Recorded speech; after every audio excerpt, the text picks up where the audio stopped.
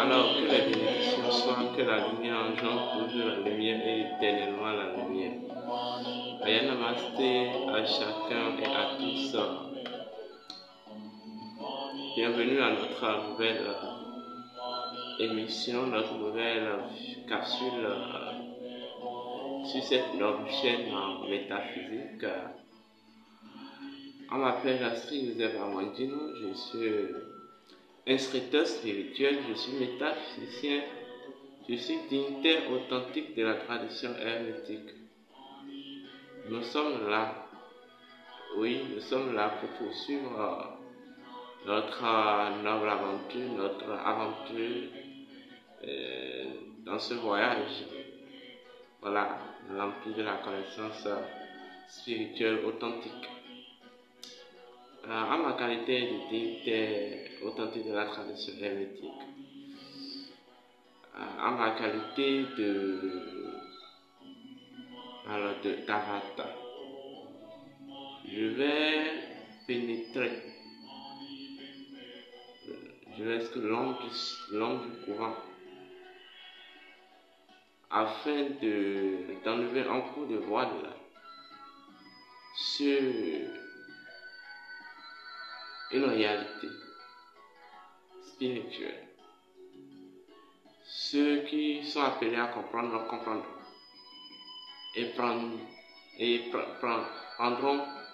prendra les dispositions à chacun des niveaux.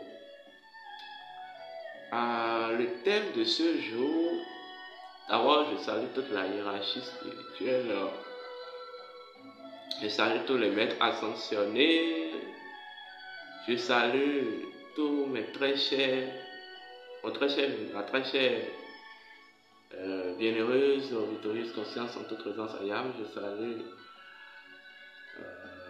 mon très cher vénérable Seigneur Yamatida, mon très cher vénérable Seigneur Nanda Kaya, le grand conseil karmique, toutes les consciences inhérentes vibratoires de la hiérarchie spirituelle, toutes les grandes confréries. Je salue aussi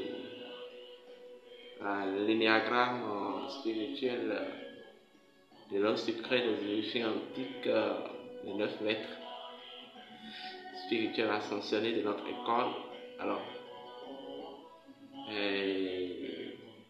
le thème de ce jour, ce 2 décembre 2022, c'est tout que le 2 apparaît 4 fois, non 5 fois. C'est waouh. Et le 2 s'est fait parler d'elle, de lui, 5 fois. Que ceux qui sont appelés à comprendre comprennent. Et quand je remonte en numérologie simple et j'additionne les nombres, Cela donne 11. Oui. Cela donne 11. 11 en tarologie ou dans les tarots divinatoires se présente comme si la femme qui ouvre la gueule des lions. Et c'est un symbole sorcier. Vous allez voir combien de fois. Bon, cela n'est qu'un indice, le 11 n'est qu'un indice. C'est pas cela qui nous a motivé à choisir ce thème pour ce jour. Mais ce qui nous a motivé à quoi ailleurs. Voilà. Mais dès que je vais quand même développer le thème, vous allez comprendre quelque chose. Le thème de ce jour s'intitule Issu de la science sorcière antique. La technologie. Voici la technologie du piratage de l'âme. Issue de la science sorcière antique. Voici la technologie du piratage de l'âme. Depuis la nuit des temps, depuis l'ombre de l'humanité, la science sorcière était le seul courant scientifique universel qui permettait l'invention des technologies. Toutes les technologies, toutes les technologies matérielles et immatérielles sont inventées, ont été découvertes depuis l'ombre de l'humanité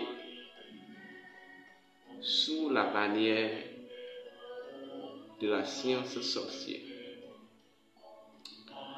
Qu'est-ce que j'appelle la science sorcière?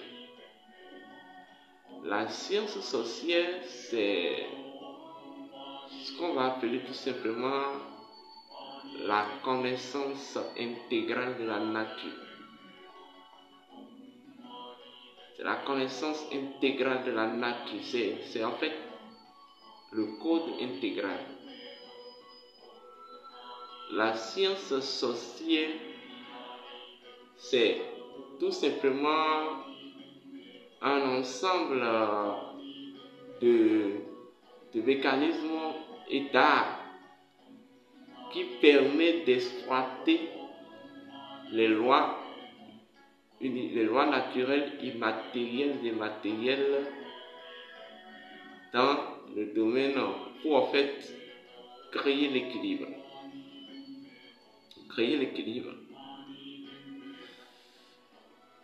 Ceci étant dit, la sorcellerie, depuis la nuit des temps, n'a jamais été une science mauvaise et ne peut jamais être une science mauvaise. Mais en réalité, c'est une connaissance en fait indélébile de la nature. Je ne vais pas rentrer dans certains détails, mais toujours depuis l'ombre de l'humanité, la science sorcière avait découvert une technologie qu'on appelle le piratage de l'âme. Vous n'avez jamais entendu parler de cette technologie-là.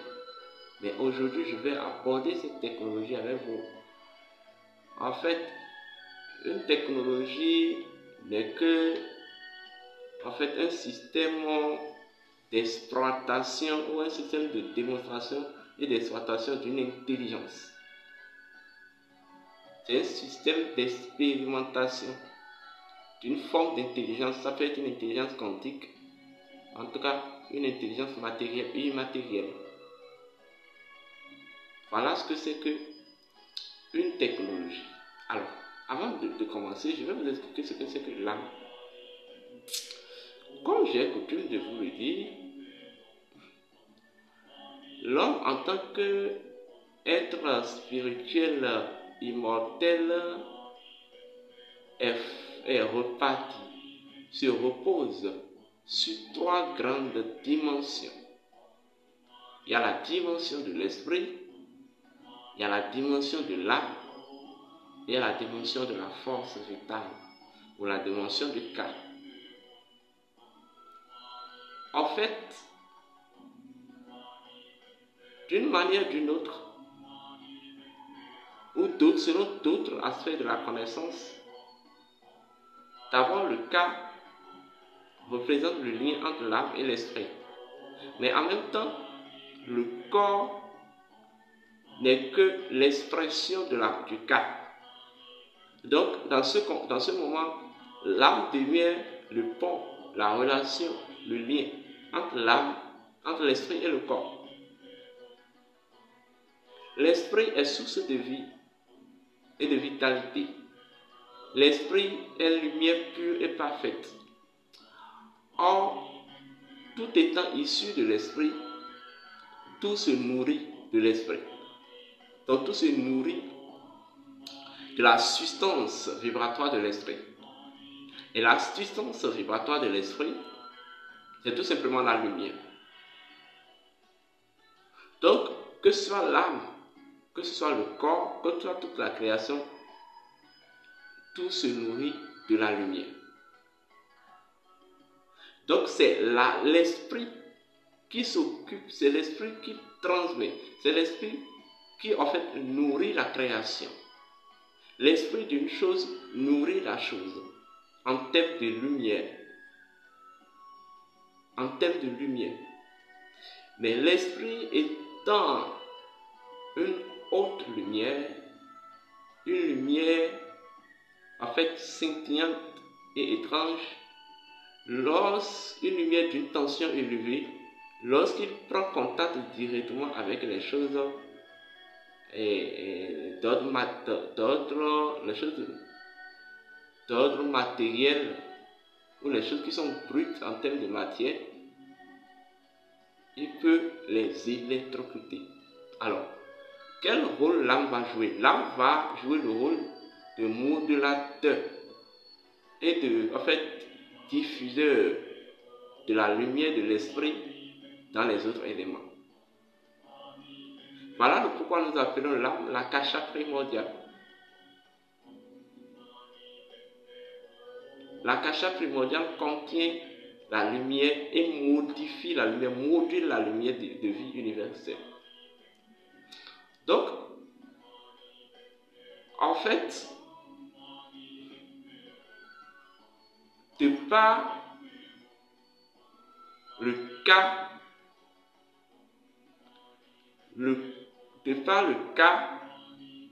l'âme fait un avec l'esprit et de par en même temps l'âme, l'esprit fait un avec le corps. Nous sommes d'accord?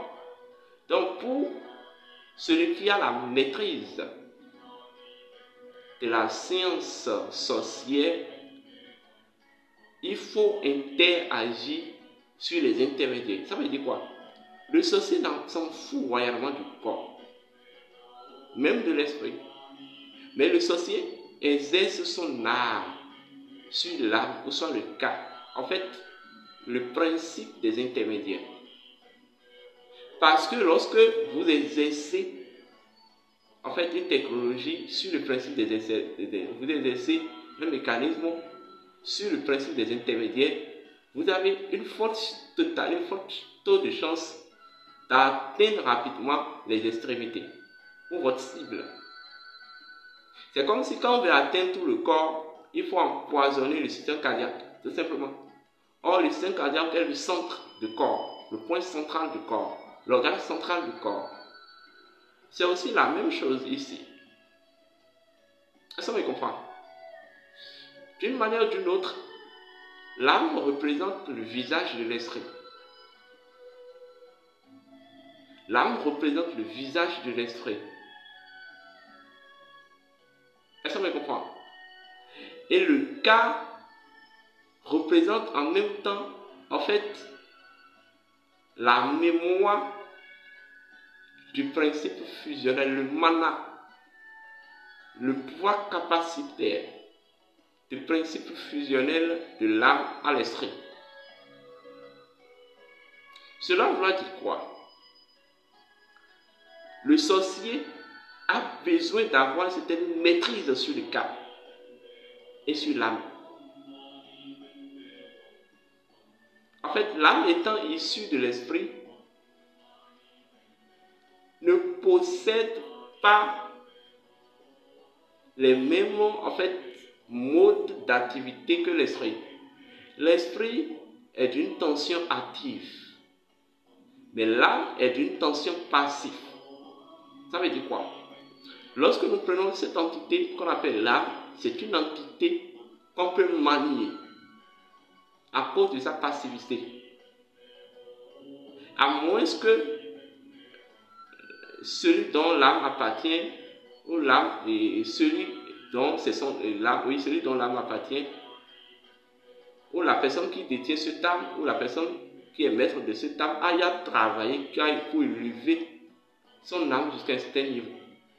Mais si ce n'est pas fait, on peut manier l'âme, on peut manipuler l'âme, on peut même programmer l'âme. Parce qu'en réalité, l'âme, la manière dont la réincarnation est la psychologie de l'âme, le cycle de l'âme, l'âme représente la psychologie de l'esprit. Donc l'âme est une programmation en réalité. Toute programmation est modifiable. Ça veut dire qu'on peut modifier l'âme. Et la technologie qui consiste à modifier l'âme dans son essence et dans sa fonction, c'est la piraterie de l'âme, le piratage de l'âme. Cela même consiste à même descendre le taux vibratoire de l'âme de la sorte que l'âme chute même jusqu'au rein minéral. La science sorcière en a découvert il y a longtemps. C'est ce qui fait que c'est grâce à cette technologie que vous verrez que les gens, par une simple incantation, peuvent vous faire transformer en une moto, peuvent vous faire transformer en une pierre. On appelle ça tout simplement le piratage de l'âme. C'est un mécanisme qui consiste à pirater, à modifier les données fonctionnelles de l'âme afin de faire chuter le taux vibratoire pour qu'elle se conforme à la volonté de son oppresseur, mais de son prédateur. Voilà. Et ça, si vous me comprenez, la technologie existe. Cette technologie peut même permettre, en réalité, de couper l'approvisionnement du corps, du cas, en termes de lumière par l'esprit. Et lorsque cet approvisionnement est coupé, eh bien oui, l'âme aussi perd sa connexion vis-à-vis de l'esprit. Et lorsque l'âme perd sa connexion vis-à-vis de l'esprit, on peut même détruire votre âme.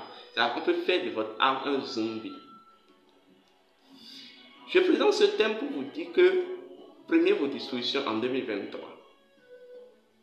Parce que la technologie du piratage de l'âme sera pleinement utilisée. Prenez vraiment vos dispositions. Je sais de quoi je parle. Maintenant, comment protéger, comment sécuriser son âme, comment codifier son âme, afin que cette technologie n'ait pas d'impact, cette technologie de piratage de l'âme, n'ait pas d'impact, n'ait pas raison de votre âme. Nous avons un secret. Vous pouvez verrouiller votre âme. L'âme se verrouille en fonction de son code de passage qu'on inscrit dans la mémoire du feu sacré. Donc, c'est en cela que ceux qui veulent verrouiller leur âme afin de se protéger contre le piratage de l'âme, je les demande d'assister à la grande retraite spirituelle de la nuit du Noël mystique. Je ne vais pas rentrer dans les détails, mais vous ne pouvez pas avoir idée de jusqu'à où beaucoup d'âmes sont victimes de la technologie du piratage de l'âme. Ça fait partie des armes les plus redoutables dans l'exercice de la science sorcière. Bon, au-delà de tout, je suis un sorcier. Que ça vous plaise ou pas, tant mieux. Je suis un sorcier. Et je suis un redoutable sorcier. Cela dépend de ce que vous comprenez d'être un sorcier. Bon, on ne va pas le cacher, hein. Je suis un sorcier. Donc je maîtrise, je sais de quoi je parle. Même, il y a même des lois naturelles. Lorsque vous les violez, cela expose votre âme à un exercice éventuel. En fait, cela expose votre âme à un exercice éventuel de piratage de l'âme. À un exercice éventuel de cette technologie-là. Vous verrez beaucoup d'âmes actuellement sur la terre qui sont piratées. Le piratage de l'âme consiste aussi à prendre l'ombre de votre âme et à faire de l'ombre de votre âme ce que l'on veut. Ça consiste à prendre l'ombre de votre âme et à créer une entité sorcière avec l'ombre de votre âme. Et une fois que cette entité sorcière est créée, cette entité sorcière va en fait se nourrir au préalable d'abord de l'énergie de votre âme jusqu'au moment dont votre âme sera asphyxiée et sera asphyxiée totalement. Et ce qui fait que vous perdez votre âme. En fait, dès que l'entité est créée avec votre propre ombre, cette entité sorcière est créée avec votre propre ombre, on recommande à cette entité de se nourrir de votre énergie, de l'énergie de votre âme. Et lorsqu'elle va se nourrir de cette énergie jusqu'à un certain niveau, votre âme va s'asphyxier. Et une fois qu'elle s'asphyxie, elle est détruite. Et c'est facilement on récupère son droit d'autorité. Et c'est de ce droit d'autorité les entités ont besoin. Toutes les entités élémentaux ont besoin du droit d'autorité de l'âme humaine.